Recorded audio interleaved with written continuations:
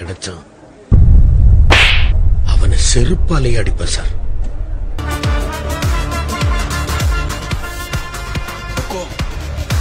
Tiger ஐயா M is Dhoni ஐயா. M is Dhoni ஐயா. இல்லைங்க, இவரே இந்த வீட்டு ஐயா. இந்த வீட்டு ஐயாவா? அவர் அப்படியே உரிச்சு வச்ச மாதிரியே இருக்கார் பாருங்க. பிஜேல அப்படியே இருக்குங்க.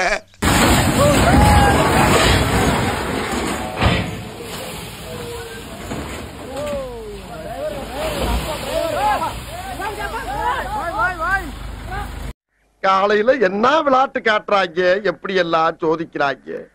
பொழுது விடிய விட மாட்டேங்கிறாங்களே ஐயா.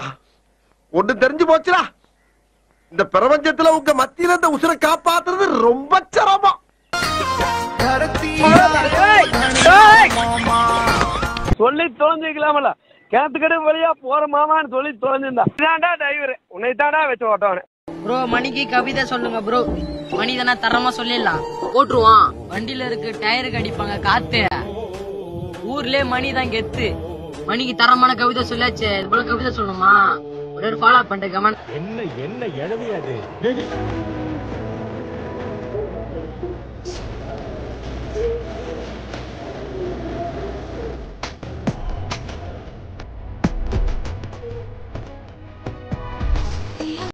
நாசமா போற எடுபட்ட வயலுகளா, நீ வந்திருக்கீங்க. என்ன உசுரோட வச்சு புதைக்கிறதுன்னு வந்திருக்கீங்களா? என்னுடைய புது கவிதை ஒன்றை தங்களிடம் பாடி காட்டி பரிசில் பெற வந்திருக்கிறேன். பரிசு பாடு, பாடி தொலையும். விக்கி விக்கி என்ன செய்யற விக்கி? சாப்பிட்டியா விக்கி? வீட்டுல என்ன குழம்பு? சாம்பாரா இல்ல கறி குழம்பா? அது காலையே கால் பண்ற மச்சான். பாய் மச்சான் விக்கி. விக்கி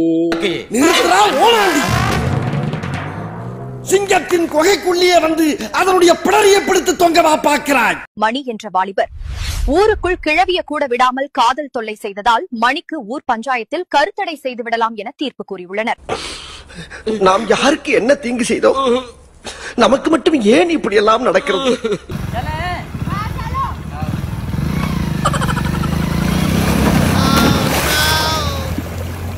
காலங்காத்தால உனக்கு குறவழி வரைக்கும் சோத்த போட்டு வண்டியில ஏத்திட்டு வந்ததுக்கு உன்னால என்ன பண்ண முடியுமா அதை பண்ணிட்ட.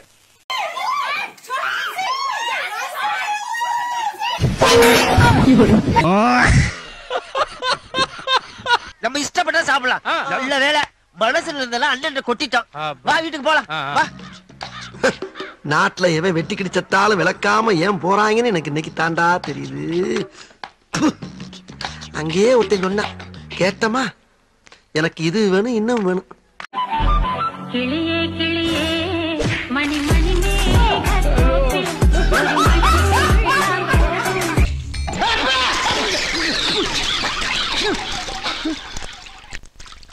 சரி, நான் செவனேந்தானா போய்க்கிருந்தேன்.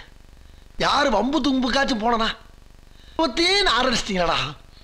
டேய், நீ எந்த ஜில்லாவுல இருந்தாலும் சரி, ஓ உசுறு என் கையில தான். டேய், என் கையில தான். அட ஆடியா?